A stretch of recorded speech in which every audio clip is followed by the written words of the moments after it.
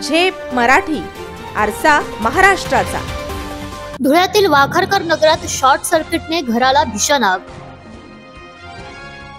अग्निशामक दलाच्या तत्परतेने मोठा अनर्थ टळला।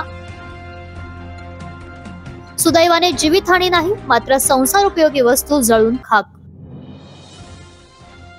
धुळे शहरातील वाघारकर नगरात शनिवारी दुपारी एका घराला शॉर्ट सर्किटमुळे भीषण आग लागली।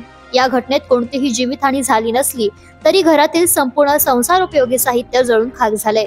महानगरपालिका अग्निशामक दलाने तातडीने घटनास्थळी धाव घेत आगीवर नियंत्रण मिळवले। शहरातील गजबजलेल्या वाघारकर नगरात अनिल दुडगू सोंजे यांचे राहते घर असून त्यांचा पूजेच्या साहित्य विक्रीचा व्यवसाय आहे। आज 1 मार्च रोजी सकाळी अंदाजे 11:15 ते 11:30च्या दरम्यान घरातील फ्रीज जवळ असलेल्या इलेक्ट्रिक बोर्डला शॉर्ट सर्किट झाले आणि क्षणार्धात आग पसरली।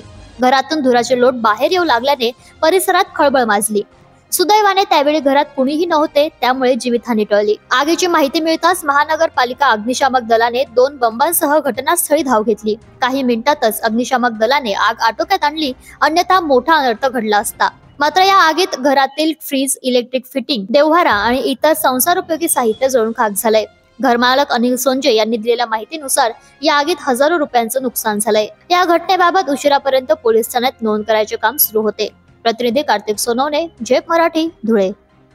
अशाच वेगळ्या आणि ताज्या बातम्यांसाठी पाहत रहा झेप मराठी, आरसा महाराष्ट्राचा। संपादक प्राध्यापक अनिल चव्हाण, धुळे।